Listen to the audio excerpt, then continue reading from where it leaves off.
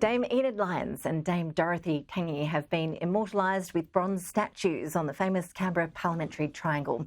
The pair were the first federal female politicians in Canberra and pioneers for women entering politics across Australia. Joining us live now is the former director of the government's Workplace Gender Equality Agency and also the granddaughter of Dame Enid Lyons, Libby Lyons. Libby, really good to see you. Thank you so much. You must be pretty chuffed to see your grandmother being honoured with a permanent presence at Parliament House. Oh, look, it's just fantastic, Ashley. I think a little bit too long in waiting, 80 years to acknowledge these two daring dames, I think is a bit long for all of us, but it was a wonderful, thrilling moment to see the first two statues of women unveiled, not just in the parliamentary triangle, but in Canberra. So brilliant day. And what was it like for your grandmother back then? How far do you think we've come since Enid broke through those first barriers to secure her place in the parliamentary chamber? I think, taking 80 years, I think, to get to where we are today, which is roughly equal numbers of women and men, I think is too long. I think she would be disappointed that it took that long. I think she would be very proud that both her and Dame Dorothy, are being acknowledged now. And interestingly enough, Ashley, they actually work together, despite the fact that they're on different political parties. They actually work together to progress the plight of women and children back in the 1940s. And they succeeded in lots of things that they did, but they worked together. And I think I'd love to be seeing more of that happening these days. Yeah, and what are some of the things they did? Give us a quick history lesson here, Libby. What did they achieve in that time? How significant was their presence there, apart from actually just being there, which is a huge thing in itself? I think, first of all, they did things like introduced child endowment for parents, because if you think of that post-war period, pretty difficult times economically. So they were able to introduce child endowment. They were able to introduce policies that looked at the investment in women in terms of widows' pensions.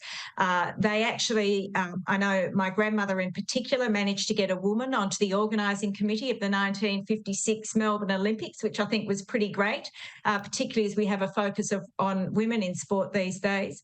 And they just spent a lot of time. They talked about equal pay back in 1943. The fact that if women were doing the same job as men, then they should be paid the same as men, and they weren't. So there are a lot of issues around women, children, and health that they worked very hard on, and my grandmother in particular, and she was very, very focused on advancing the cause of women and the work that women did. We did see some fresh pay gap data coming out recently. Essentially, it seemed to be suggesting that the pay gap progress we've seen in recent decades is stalling. You've obviously spent many years contemplating this very problem. I know it's a complex one. How do we move beyond that now? How do we sort of break through that glass ceiling when it comes to the pay gap?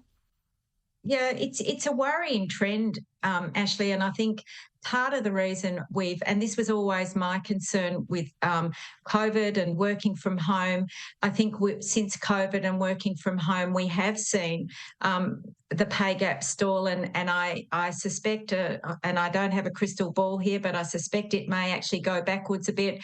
And I think that is largely due to the fact that women prefer to work from home, and which I think is fantastic. But I think workplaces are now demanding that people come into the office more. And if women do work from home more, then they are missing out on all those incidental conversations by the coffee machine, the conversations that happen in the lunchroom that allow people to progress their career throughout an organisation. And I think that women are missing out on that, because we know that more women than men want to work flexibly and want to work from home more.